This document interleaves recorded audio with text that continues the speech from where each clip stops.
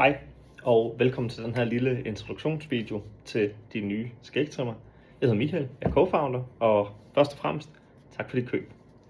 Det her det er jo en skægtrimmer med indbygget støvsuger, så jeg bare lige gennemgå den lynhurtigt. Den kam, der sidder på, når du får trimmeren, den gælder fra 1 til 10 mm. Det kan du se her om bag, så den gælder for den yderste. Der er en anden kam med, der gælder og starter fra 11. Der kan du se, at der skal trimmeren altså stå her på 11, for at du får 11 cm. Yes. Nej, millimeter selvfølgelig. Yes. Lad gerne din skægtrimmer op til 100% før brug. I hvert fald første gang. Vi anbefaler også, at man lige trykker 2 gange her, for også at aktivere støvsugeren.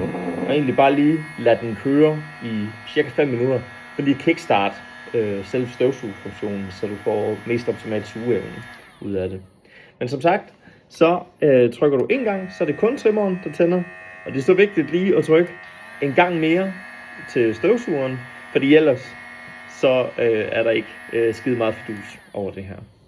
Der er en masse huller bagpå her, som du kan se her. Og det er meget vigtigt, at du ikke holder hånden over dem, fordi så virker støvsugeren ikke. Så du skal altså lige holde sådan omkring her, når du barberer dig. Og det er altså ingen problem. Det kan man sagtens. Sådan der. Så er der nemlig fri passage til, at luften den kan komme ud, og den kan suge en hel masse. For optimal sugeevne, så anbefaler vi, at du tømmer beholderen hver gang. Der er en lille børste med, du kan bruge, hvis du vil det. Og ellers, så første gang du bruger den, så skal den her bare lige holdes nede i 3 sekunder. Så går den fra at være låst til at være åbnet. Det samme, hvis du skal ud og rejse og ikke vil have, at den skal tændes der, så skal du holde den nede i 3 sekunder, så låser den også, så den skal trykkes ned i 3 sekunder, før at den kan bruges igen. Det var bare en kort intro herfra igen. Tusind tak for dit køb, og god fornøjelse med de nye skægtrimmer.